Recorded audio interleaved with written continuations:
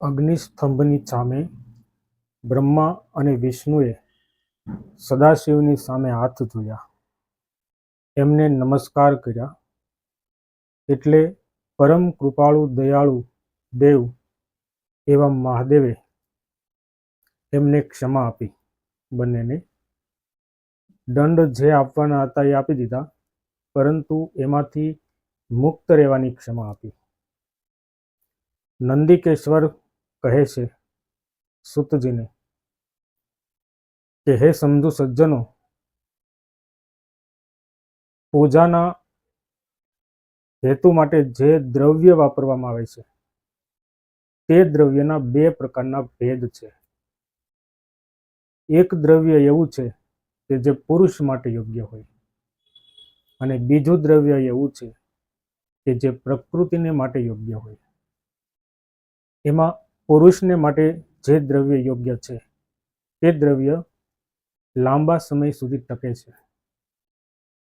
અને સદાશિવ તો ત્યાગી છે, એને કોઈ વસ્તુનો મોહ નથી. એટલે બધી વસ્તુ તેને ત્યાં અગ્નિસ્તંભની પાસે બ્રહ્મા વિષ્ણુનું યુદ્ધ થઈ રહ્યું હતું, અને આકાશ માર્ગેથી જે બધા દેવો દોડી દોડીને આવ્યા હતા એ તમામ દેવોને બધી જ વસ્તુ મહાદેવે વેચી દીધી. કારણ કે મહાદેવને શું જરૂર હોય? જે સમગ્ર બ્રહ્માંડના રચયિતા છે, જે સમગ્ર બ્રહ્માંડના અધિપતિ છે, એને વળી કોઈ નાનકડી મોટી કે ગમે તેવી ચીજની જરૂરિયાત શું હોય?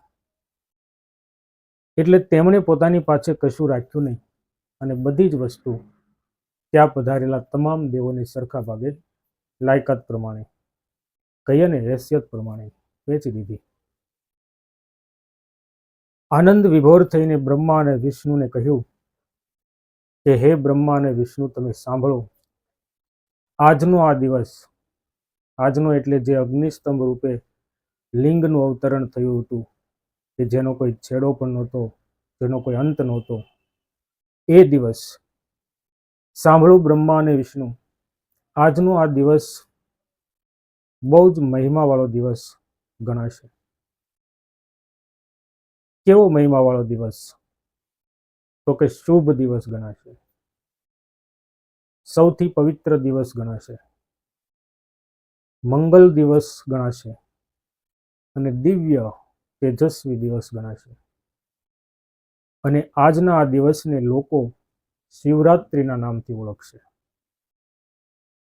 અને જે લોકો આ શિવરાત્રિના એક દિવસે મહાદેવની પૂજા કરશે ઉપવાસ રાખીને, તે તમામ જીવ સૃષ્ટિને આખું વર્ષ માટે ફળ મળી રહેશે.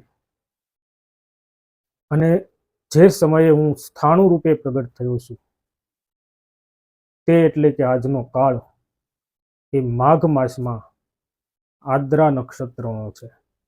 જે બધા નક્ષત્રો આવે છે એમાં આદ્રા નક્ષત્રનો આ કાળ છે. અને જ્યારે પણ આદ્રા નક્ષત્ર હોય ત્યારે મારા દર્શન કરનારને એવું પુણ્ય પ્રાપ્ત થશે કે જેનું કોઈ વર્ણન કરી શકાય નહીં.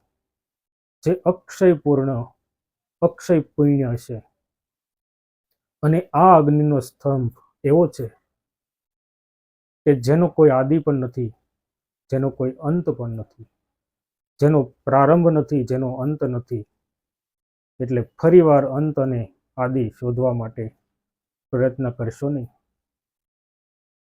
લોકોના કલ્યાણ માટે આ જે સ્તંભ છે અગ્નિનો, એ સ્તંભ હું નાનો બનાવીશ, કે જેથી લોકો એની પૂજા અર્ચના કરી શકે.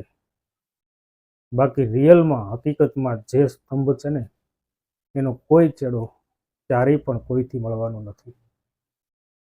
આવી રીતે મહાદેવજીએ વિષ્ણુ અને બ્રહ્માને યોગ્ય માહિતી આપી સકલ બ્રહ્માંડ વિશે, કે બ્રહ્મા, હે વિષ્ણુ, આ જગતની અંદર સૌથી મોટું અને પવિત્ર પરમ તત્વ હોય ને, તો તે છે હું મહાદેવ સદાશિવ.